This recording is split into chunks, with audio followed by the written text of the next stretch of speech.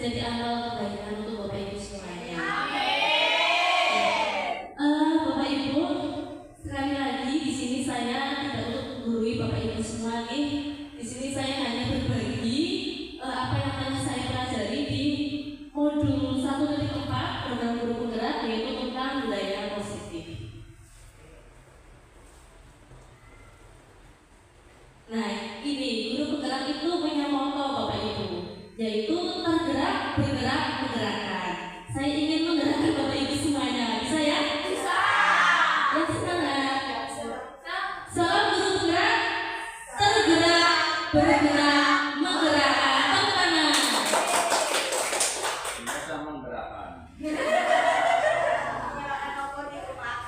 Ya, Bapak Ibu, sebelum kita ke materi, kita membuat kesepakatan kelas dulu ya. Silakan siapa yang akan berpendapat.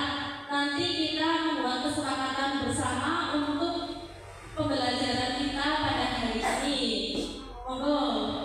Boleh minum? Boleh. Oh iya, boleh. Ya, setuju Bapak Ibu boleh minum? Oke, apa lagi? Boleh pakai. Ya, boleh main HP, yang penting tertib ya Bapak Ibu. Satu lagi Bapak Ibu. Boleh sambil makan dulu. Ya, minum makan boleh, yang penting sopan ya. Setuju? Setuju. Terus satu lagi serius tapi santai ngomong ya. Serius. Ya, supaya kita mendapatkan ilmu yang bermanfaat. Ya. Bapak Ibu semuanya, terima kasih. Ini sudah ada kesepakatan kelas. Mari kita laksanakan bersama-sama sampai sesi terakhir kita ya. Oke Bapak Ibu, sebelumnya kita mau ice breaking dulu. Mohon Bapak Ibu berdiri.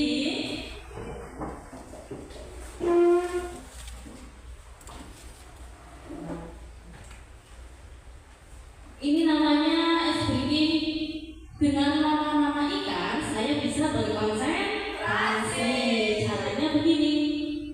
Tangan kanan menjadi umpan, sedangkan tangan kiri menjadi yang memakan umpan. Nah, nanti dengan teman mungkin saling memutar, menempel dengan temannya. Bisa melingkar, Bapak Ibu? Bisa.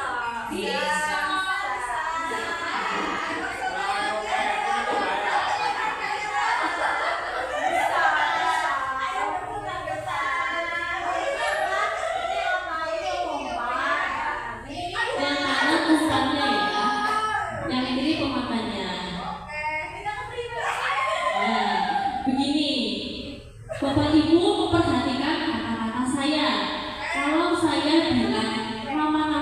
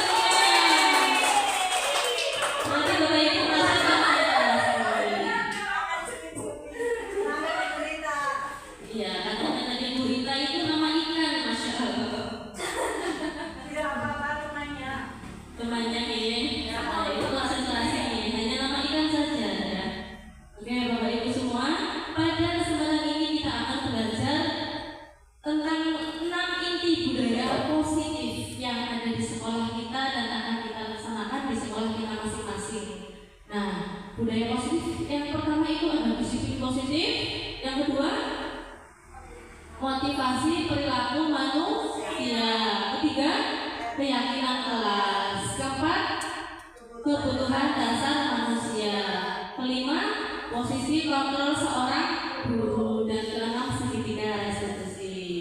Ya. Nah, sekarang Bapak Ibu, apa sih itu makna budaya positif? Budaya positif di sekolah adalah nilai-nilai atau kebiasaan-kebiasaan di sekolah yang berpihak kepada peserta didik agar mereka dapat berkembang menjadi pribadi yang kritis, penuh hormat, dan bertanggung jawab. Oke, Bapak Ibu. Nah, untuk menciptakan budaya positif, kita harus merubah paradigma kita. Nah, ini ada Ki Hajar Dewantara. Nah, ini Ki Hajar Dewantara dalam filosofi pendidikannya. Yang pertama, siswa itu bukan tabula rasa. Jadi siswa tidak seperti gelas kosong ya, yang tidak ada isinya, melainkan semua anak itu terlahir dengan bakatnya masing-masing. Nah, budi pekerti ini juga pendidikan itu utamanya untuk meningkatkan budi pekerti siswa atau karakter. Nah, kemudian tugas guru menuntun bakat tersebut agar anak tumbuh dengan selamat dan bahagia. Ya, kemudian guru ibarat petani dan anak ibarat biji jagung. Ya. Seorang petani pasti akan merawat tanamannya supaya tumbuh subur dan membuahkan hasil atau buah yang lebat. Kemudian kodrat alam dan kodrat zaman. Jadi seorang guru dalam mendidik siswa atau anak itu harus melihat kodrat alamnya.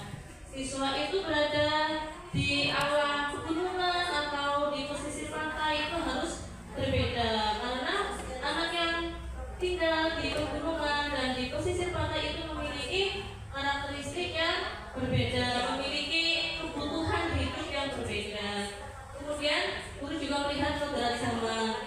Siswa itu hidup di zaman yang seperti apa? Di zaman purba apa di zaman teknologi yang seperti sekarang ini? Kita harus melihat perkembangan zamannya supaya anak juga mengikuti perkembangan zaman.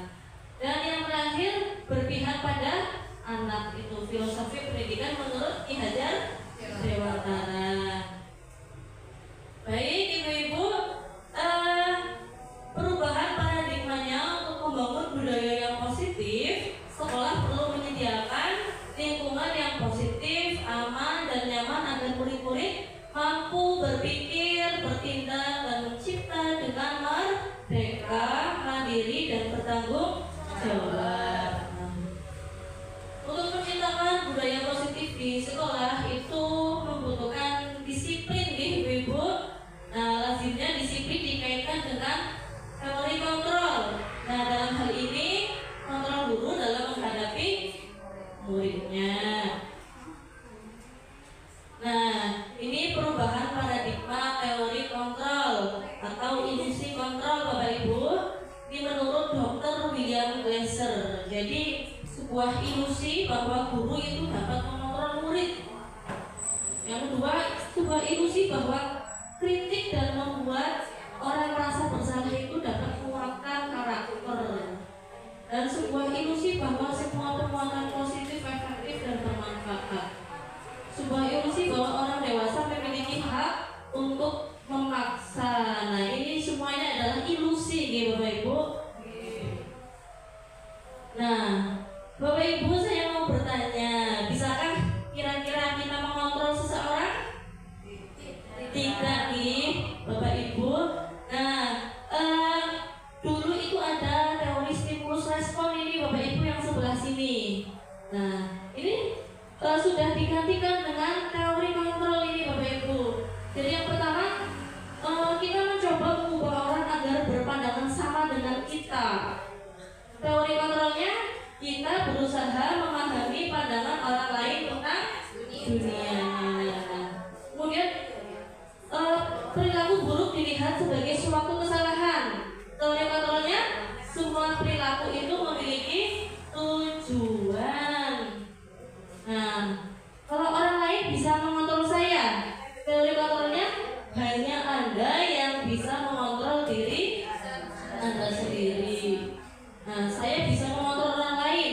Nah, teori kontrolnya Anda tidak bisa mengontrol orang lain.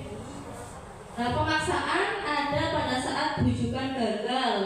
Teori kontrolnya kolaborasi dan kesepakatan menciptakan pilihan-pilihan baru. Jadi sekarang sudah tidak ada kata pemaksaan lagi Pak Bu, adanya kolaborasi dan kesepakatan agar nanti bisa menciptakan pilihan-pilihan baru.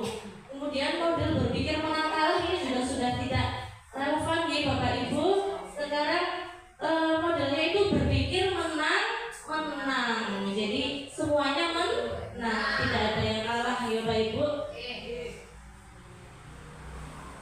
Lanjut Bapak Ibu, ini tentang disiplin. Apa makna disiplin Bapak Ibu?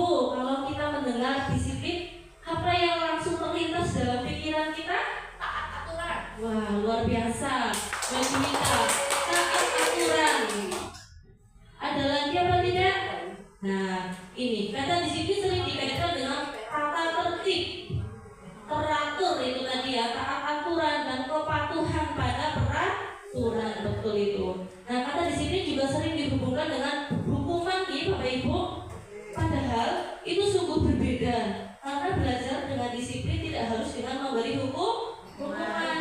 Justru hukuman ini adalah alternatif terakhir Bapak Ibu. Syukur-syukur tidak menggunakan sebuah hukuman. Kalau sudah tidak bisa lagi menggunakan yang lain-lain, boleh hukuman. Tapi kalau bisa hukuman jangan tidak dilakukan. Nah, Bapak Ibu, untuk supaya tidak lemas ya, tepuk 1, 2, 3 G. Masih ingat 1 di atas, 2 kanan kiri, 3 kanan kiri atas, oke? Tepuk 1, tepuk 2, tepuk 3, tepuk 4, tepuk kosong. Iya. Kalau sama anak kecil sering begitu.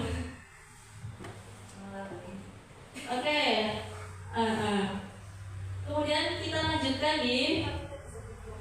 Ki Hajar Dewantara menyatakan bahwa untuk mencapai kemerdekaan atau dalam konteks pendidikan kita saat ini dan untuk menciptakan murid yang merdeka, syarat utamanya adalah harus ada disiplin yang kuat Bapak Ibu. Disiplin yang dimaksud adalah disiplin diri yang memiliki motivasi internal. Jika kita tidak memiliki motivasi internal, maka kita memerlukan pihak lain untuk mendisiplinkan kita. Nah, ini di kurikulum merdeka itu bisa berjalan dengan baik apabila siswa memiliki disiplin yang kuat. Nah, bagaimana ciri-ciri disiplin yang kuat? Itu harus ada motivasi internal. Jadi motivasinya tumbuh dari dalam diri sendiri. Nah, di sini ada teori motivasi perilaku manusia, Bapak Ibu. Nah, ini. Jadi setiap orang dalam berperilaku itu pasti ada motivasinya, nih Bapak Ibu. Nah, motivasi eksternal dan internal. Yang pertama, eksternal itu biasanya seseorang itu melakukan sesuatu untuk menghindari ketidaknyamanan atau hukuman. Yang kedua, kadang-kala ingin mendapatkan imbalan atau pujian dari orang lain.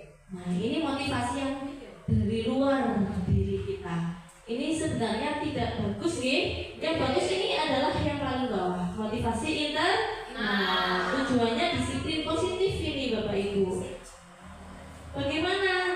Nah, kita melakukan sesuatu itu untuk menghargai diri sendiri Bapak Ibu, untuk menjadi insan sesuai harapan kita itu. Saya ingin menjadi orang yang bertanggung jawab dan lain sebagainya itu tumbuh dari dalam hati kita sendiri. Baik Bapak Ibu, nah ini adalah lingkungan budaya positif ya. Jadi di sekolah kita ini gambarannya seperti ini. Dari budaya positif ini ada lingkungan positif. Kemudian di kelas-kelas itu harus ada keyakinan kelas ini yang disepakati oleh semua siswa nih.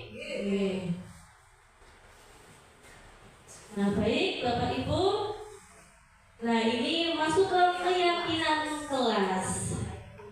Keyakinan kelas, hukuman dan penghargaan.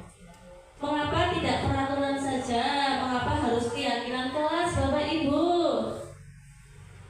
Nah Bapak Ibu coba kita baca dulu. Mengapa kita memiliki peraturan harus menggunakan helm bila mengendarai kendaraan roda 2? Coba. Supaya aman. Nah, supaya aman berarti keamanan ya. Ya, keselamatan juga nih, betul Bu Eni. Nah, terus mengapa kita memiliki peraturan 3M? Menggunakan masker, mencuci tangan dan menjaga jarak 1,5 meter. Kira-kira untuk apa? Supaya sehat, iya, kesehatan. Nah, mengapa kita memiliki peraturan harus datang tepat waktu pada saat mengikuti pelatihan? Kira-kira untuk Tidak ketinggalan materi. Ya, disiplin, betul. Ada juga Bu Juwita supaya tidak ketinggalan materi. Ya sama ya, itu kedisiplinan. Okay. Nah Bapak Ibu tadi itu yang pertama keselamatan, kesehatan, kedisiplinan, inilah yang dinamakan dengan keyakinan kelas. Bapak Ibu. Nah ini jadi kesimpulannya itu keyakinan kelas adalah nilai-nilai kebajikan atau prinsip-prinsip universal yang disepakati bersama secara universal lepas dari latar belakang suku, negara, bangsa maupun agama. Semua sepakat tentang kesehatan, keselamatan, ya, semuanya itu menyepakati. Nah, menurut Gosel, suatu keyakinan akan lebih memotivasi seseorang dari dalam atau intrinsik. Okay? Seseorang akan lebih bersemangat untuk menjalankan keyakinannya daripada hanya sekedar mengikuti serangkaian peraturan saja. Kalau seseorang sudah memiliki keyakinan itu semua, insya Allah tanpa disuruh, tanpa diingatkan, dia akan mau menjaga keselamatannya, kesehatannya dan lain-lain. Baiklah Bapak Ibu, nah ini tentang pembentukan keyakinan kelas nih. Bapak Ibu semua adalah guru kelas ya. Saya lihat sudah banyak yang membuat keyakinan kelas di masing-masing kelasnya. Nah, alhamdulillah ini. Nah, ini ada ciri-ciri keyakinan kelas. Jadi yang pertama, keyakinan kelas bersifat abstrak daripada peraturan. Keyakinan kelas berupa pernyataan-pernyataan yang universal atau umum ya. Pernyataan keyakinan kelas senantiasa dibuat dalam bentuk positif. Iya, itu. Kemudian keyakinan kelas hendaknya tidak terlalu banyak, sehingga mudah diingat dan dipahami oleh siswa. Nah, semua warga kelas sebaiknya ikut berkontribusi dalam membuat kegiatan kelas lewat curah pendapat. Ya, semuanya berpendapat, tidak hanya dari guru. Jadi keyakinan kelas harus dua arah ya, dari guru dan siswa semuanya membuat bersama-sama. Kemudian bersedia meninjau kembali keyakinan kelas dari waktu ke waktu. Oke Bapak Ibu. Selanjutnya, nah ini ada peraturan nih, selalu kembalikan buku ke tempatnya. Ini kira-kira keyakinan kelasnya apa? Tanggung jawab nih. Nah, dilarang mengganggu orang lain, menghormati orang lain dan diri sendiri. Hadir di sekolah 15 menit sebelum pembelajaran dimulai. komitmen betul. Ya, dilarang melakukan kekerasan untuk keselamatan, menghormati orang lain juga. Ya, dilarang menggunakan narkoba. Ya, kesehatan. Bergantian atau menunggu giliran. Nah, kesabaran dan juga menghormati orang lain. Gunakan masker. Kesehatan. Jangan berlari di kelas atau koridor. Keselamatan. Jalan saja biar selamat. Nah, ini semua yang warna kuning adalah keyakinan Nah, baik, ibu-ibu semua dihukum oleh penghargaan ini. Jadi pengaruh jangka pendek dan jangka panjang. Penghargaan menghukum, penghargaan mengurangi ketepatan, penghargaan tidak efektif, dan penghargaan merusak hubungan. Ya, kita lanjut saja nih Bapak Ibu. Nah, ini tentang hukuman atau konsekuensi. Bapak Ibu sudah tahu perbedaannya? Hukuman dan konsekuensi, perbedaannya itu adalah ini hukuman, ini konsekuensi. Kalau hukuman itu membuat anak sakit, fisik maupun hatinya untuk jangka waktu yang lama ini. Nah, kalau konsekuensi ini membuat anak merasa tidak nyaman dalam jangka waktu pendek. Nah, hukuman anak membenci kedisiplinan. Kalau konsekuensi anak menghargai disiplin. Mending lagi kalau konsekuensi ini lebih ke arah tanggung jawab, lebih baik dari hukuman. Tapi nanti ada yang lebih baik lagi Bapak Ibu, namanya restitusi. Nanti kita akan bahas bersama. Nah, ini yang selanjutnya, hukuman itu bersifat paksaan Kalau konsekuensi itu stimulus tanggapan. Jadi begitu. Kemudian kalau hukuman mendorong anak menyakiti diri sendiri. Kalau konsekuensi mendorong anak agar mudah menyesuaikan diri. Nah, Bapak Ibu, saya kira sangat cerdas ini. Saya langsung bertanya saja nih Bapak Ibu, kira-kira ini hukuman atau konsekuensi? Yang pertama, mencatat 100 kali di dalam buku. Saya tidak akan terlambat lagi karena terlambat ke sekolah. Hukuman. Nah, betul, hukuman. Lari mengelilingi lapangan basket 2 kali karena terlambat hadir di sekolah.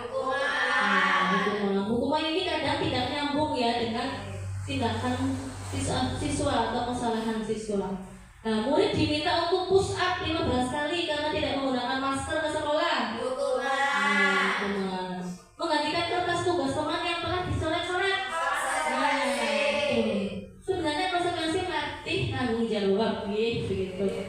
Membersihkan tumpahan air di meja tulis karena tersenggol pada saat belajar. Meminta murid tidak mengenakan sepatu seharian di sekolah karena tidak mengenakan sepatu hitam. Hukuman. Terakhir, lari mengelilingi lapangan basket 2 kali karena terlambat 10 menit untuk pelajaran PJOK. Iya, karena pelajaran PJOK ini kan ada hubungannya dengan lari mengelilingi lapangan. Jadi ini masuk konsekuensi. Ya, kita koreksi semuanya betul. Tepuk tangan Ibu-ibu. Luar biasa. Nah, oke Bapak Ibu, kebutuhan dasar manusia. Nah, Bapak Ibu, dalam menciptakan budaya positif di sekolah kita harus memahami tentang kebutuhan dasar manusia, baik itu kecil, dewasa, itu semuanya sama kebutuhan dasarnya. Itu ada berapa? 5. Yang pertama ini bertahan hidup. Yang kedua kasih sayang, ya. Yang ketiga penguasaan. Yang keempat kebebasan. Yang kelima kesenangan. Ya. Ya, semua Bapak Ibu ingin diberikan kasih sayang? Ingin memiliki penguasaan atau kekuasaan? Ya, ini bebas, ya. Bebas, lepas ya. Tidak ada yang memaksa kita ya. Kita ingin berbuat apa saja yang menurut diri kita sendiri. Nah, ini ada kasus Bapak Ibu, silakan dibaca. Saya minta tolong Bu Juwita nggih pembacaannya. Ibu Ani, guru kelas 5 di SD Pelita Hati, sedang bingung menghadapi ulah salah satu murid di kelasnya, Agus. Beberapa anak telah datang dan mengeluhkan Agus yang seringkali meminta bekal makan siang mereka dengan paksa. Jika Anda menghadapi situasi seperti Ibu Ani, apa yang akan Anda lakukan? Menurut Anda, kira-kira apa alasan Agus melakukan hal itu? Tepuk tangan dulu. Nih, siapa yang punya murid namanya Agus? Iya, kira-kira suka minta bekal makanan temannya enggak? Nah, kalau di sini begitu ya ceritanya. Agus suka minta bekal makanan temannya. Kira-kira kalau kita jadi gurunya, apa yang kita lakukan? Nah, Bapak Ibu, dalam konteks penerapan disiplin positif, Ibu Ani sebaiknya mencari tahu alasan Agus melakukan tindakan tersebut agar mengetahui kebutuhan mana yang sedang berusaha dipenuhi Agus. Ya tidak? Nah, coba, apabila jawaban Agus karena ia lapar dan orang tuanya tidak membawakan bekal makanan, maka kebutuhan Agus adalah bertahan hidup. Nah, apabila jawaban Agus karena ia senang temannya jadi memperhatikan dia, ya kebutuhannya adalah cinta dan kasih sayang. Apabila jawaban Agus adalah dia merasa hebat karena temannya jadi takut dan menuruti keinginannya, nah maka kebutuhan Agus adalah penguasaan atau pengakuan atas kemampuannya. Nah, apabila jawaban Agus karena dia merasa bosan dengan bekal yang dibawakan ibunya, karena selalu membawakan bekal yang sama, tempe-tempe, tahu-tahu baik tiap hari. Nah, kebutuhannya Agus itu adalah kebebasan ya. Bosan nih. Nah, apabila jawaban Agus adalah karena iseng saja nih. Ada kan ya siswa kita yang suka iseng? Iya banyak, gurunya tak enggak ya? Enggak. Jauh beda. Karena apa? Nah, karena kita itu memiliki kebutuhan dasar kesenangan. Ya gurunya juga ingin senang, kadang suka iseng juga, nggak apa-apa. Iya. Ya semua tindakan punya alasan nih Bapak Ibu. Nah, dari 5 kebutuhan dasar ini, kita sebagai seorang guru ini menduduki 5 posisi kontrol Bapak Ibu. Nah, ini 5 posisi kontrolnya yang warna kuning-kuning ini. Ada 5. Yang pertama apa Bapak Ibu? Penghukum, pembuat merasa bersalah, teman, pemantau, manajer ya. Bapak Ibu, ini semakin kesini semakin bagus Bapak Ibu.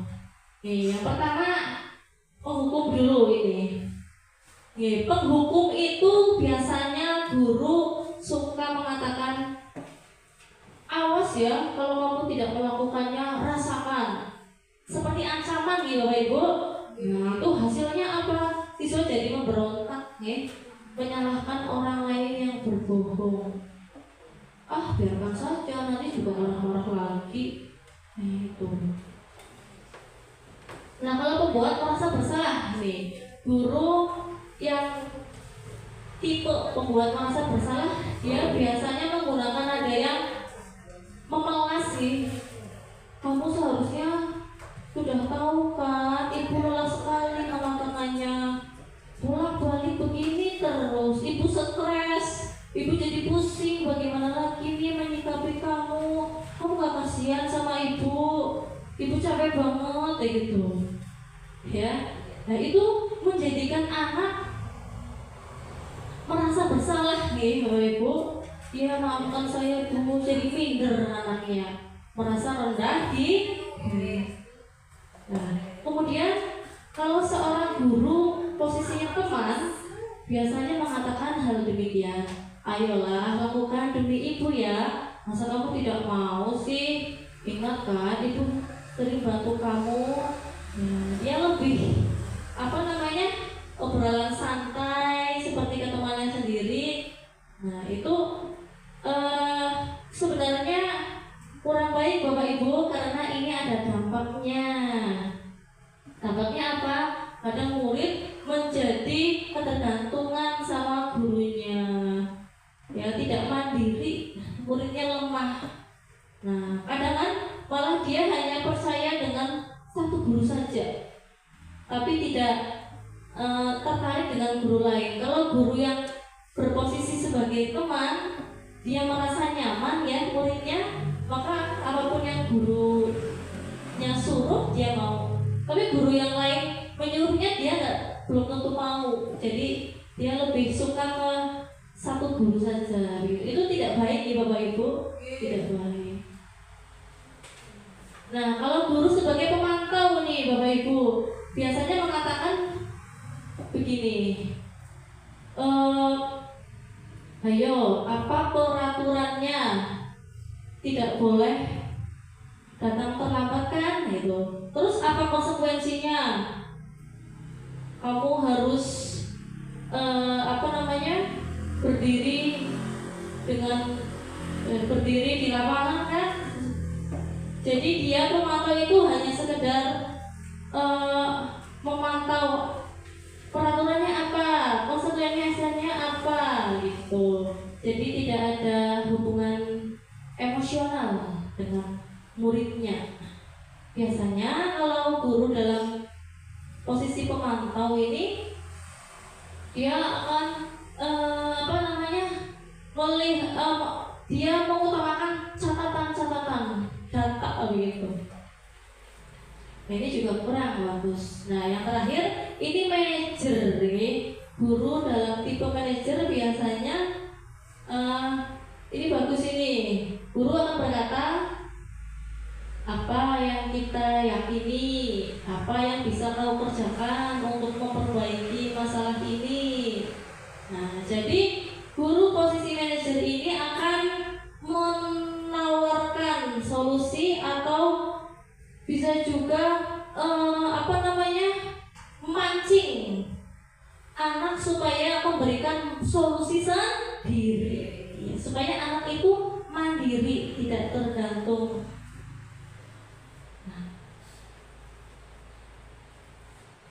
Nah Bapak Ibu, kita lanjutkan lagi. Ini tentang restitusi.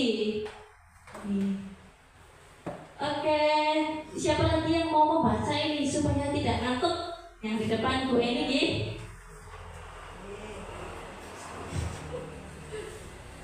Restitusi adalah proses menciptakan kondisi bagi murid untuk memperbaiki kesalahan mereka, sehingga mereka bisa kembali pada kelompok mereka dengan karakter yang lebih kuat. Menurut Gosen tahun 2004. Terima kasih Bu Eni. Bapak Ibu pernah mendengar kata restitusi? Baru. Oh baru ya. Nah, ya restitusi ini sebuah solusi. Tadi ada hukuman, ada konsekuensi. Nah ini solusi terbaiknya itu adalah restitusi. Jadi kita tidak sebaiknya menggunakan hukuman, konsekuensi, tapi menggunakan restitusi saja. Nah, itu restitusi adalah proses menciptakan kondisi bagi murid untuk memperbaiki kesalahan mereka, sehingga mereka bisa kembali pada kelompok mereka dengan karakter yang lebih kuat. Oke, coba kita lihat. Nah, ini 9 ciri-ciri restitusi, Bapak Ibu. Jadi restitusi itu bukan untuk menebus kesalahan, namun belajar dari kesalahan. Nah, restitusi ini memperbaiki hubungan antara guru dan siswa. Terus restitusi itu merupakan tawaran, bukan paksaan. Ya, tidak seperti hukuman yang bersifat memaksa. Kalau restitusi ini lebih ke penawaran. Kira-kira kalau kamu tidak menggunakan sepatu hitam, kamu harus bagaimana? Gitu. Ditawarkan siswa untuk mencari solusinya sendiri. Kemudian restitusi menuntut untuk melihat ke dalam diri. Kemudian restitusi mencari kebutuhan dasar yang mendasari tindakan. Restitusi diri adalah cara yang paling baik untuk memperbaiki diri. Restitusi fokus pada karakter, bukan tindakan. Restitusi fokus pada solusi. Dan terakhir, restitusi mengembalikan murid yang berbuat salah pada kelompoknya. Begitulah kira-kira. Oke, sekarang ada segitiga restitusi, Bapak Ibu. Ini bentuknya apa? Segitiga nih. Mulai dari bawah. Jadi kita dalam menghadapi permasalahan siswa itu menggunakan segitiga restitusi, Bapak Ibu. Nah, segitiga restitusi ini ada 3 tahap. Yang pertama, tahap menstabilkan identitas. Nah, yang kedua, validasi tindakan yang salah. Yang ketiga, menanyakan keyakinan. Pertama, menstabilkan identitas. Jadi, setiap orang pasti pernah melakukan kesalahan. Guru kalau menjumpai siswa yang bermasalah, kita stabilkan dulu identitasnya, jangan langsung dicap atau dijudgment kamu salah, jangan dulu, nanti anak akan langsung rendah diri begitu. Jadi kita kembalikan dulu identitasnya. Tidak hanya kamu yang melakukan kesalahan, semua orang pasti pernah melakukan kesalahan, termasuk bu guru gitu. Nah, setelah identitasnya sudah stabil, nah baru validasi tindakan yang salah. Nah, kamu tentu punya alasan kan mengapa melakukan itu. Nah, alasannya apa? Begitu. Kemudian, adakah cara yang lebih efektif untuk mendapatkan apa yang kamu butuhkan? Nah, kita tanya balik, solusinya bagaimana? Gitu. Nah, setelah itu menanyakan keyakinan ini. Kita kembali ke keyakinan. Dulu kamu masih ingatkan nilai-nilai apa yang telah kita sepakati di kelas? Tanggung jawab kan? Nah, kamu ingin menjadi orang yang seperti apa?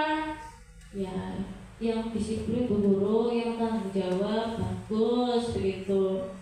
Nah, ini pola segitiga restitusi. Nah, Bapak Ibu, di sini saya akan menunjukkan video tentang segitiga restitusi.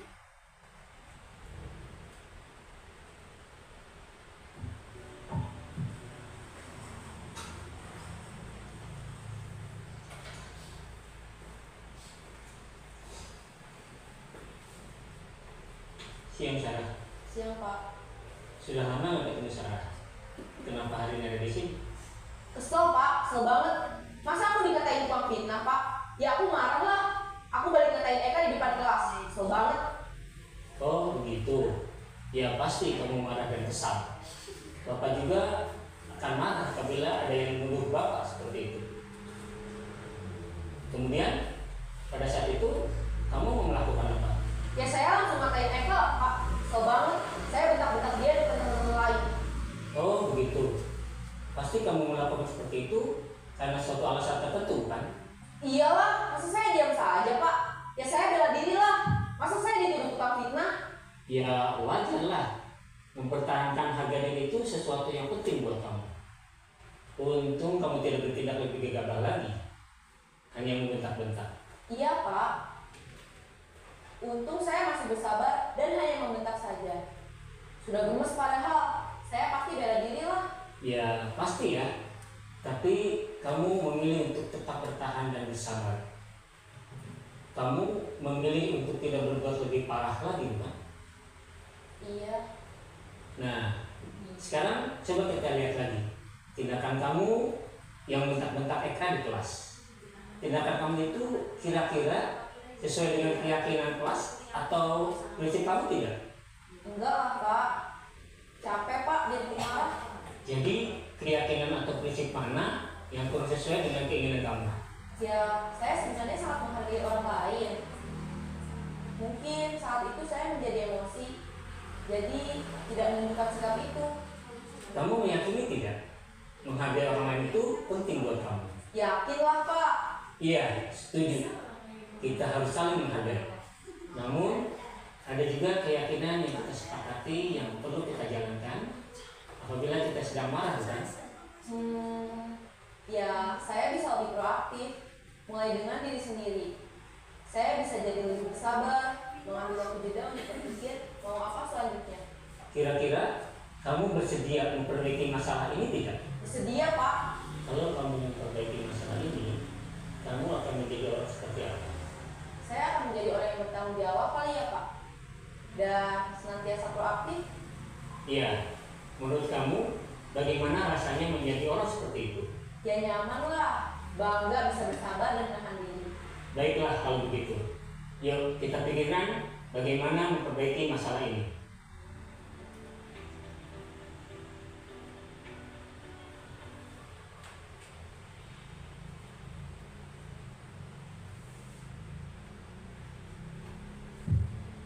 Ya, Bapak Ibu, itu tadi tahapan untuk segitiga restitusi. Kira-kira kalau diterapkan di sekolah kita bisa apa tidak? Mas Wita, bagaimana? Ya, ya sebenarnya sih tadi itu anak SMA ya sudah bisa berpikir, diajak untuk musyawarah diskusi ya. Nah, tapi kalau untuk anak SD, nah, paling kita akan kesulitan untuk berdiskusi dengan mereka. Paling tidak kita sendiri yang lebih proaktif nih. Nanti anak hanya sekedar memahami saja, oh begini. Karena anak SD itu pastinya kurang pengalaman lah, belum bisa diajak berpikir yang lebih lanjut begitu. Ya, baiklah Bapak Ibu semuanya. Demikian tadi materi tentang budaya positif nih. Tadi ada apa saja nih Bapak Ibu? Coba. Segitiga Nah, restitusi. ya segitiga restitusi. Terus 5 kebutuhan dasar manusia. 5 kebutuhan dasar manusia. Disiplin Disiplin positif. Motivasi. Iya. Dan posisi kontrol seorang guru. Baiklah. Bapak Ibu, untuk refleksinya ini saya akan membagikan kertas nanti untuk Bapak Ibu semua. Silahkan diisi perasaan saya saat ini adalah bagaimana setelah belajar tentang materi budaya positif. Kemudian diseminasi pada hari ini saya jadi paham bahwa bla bla bla bla. Kemudian target saya selanjutnya adalah bla bla bla bla di kelasnya gitu ya. Nah, Bapak Ibu, coba ini 2 menit. Ayo, ini tebak gambar. Kira-kira ada berapa gambar hewan di sini? Coba sebutkan apa saja. Gajah, kuda atau keledai, ya keledai. Baung, ini ya kucing, tikus, ya ini nyamuk, ini ya, ini apa? Ikan, ini hiu, ini buaya, pintar, ini kurang, ini tepuk tangan untuk kita semua. Ya terima kasih Bapak Ibu, mohon maaf apabila banyak kesalahan. Semoga apa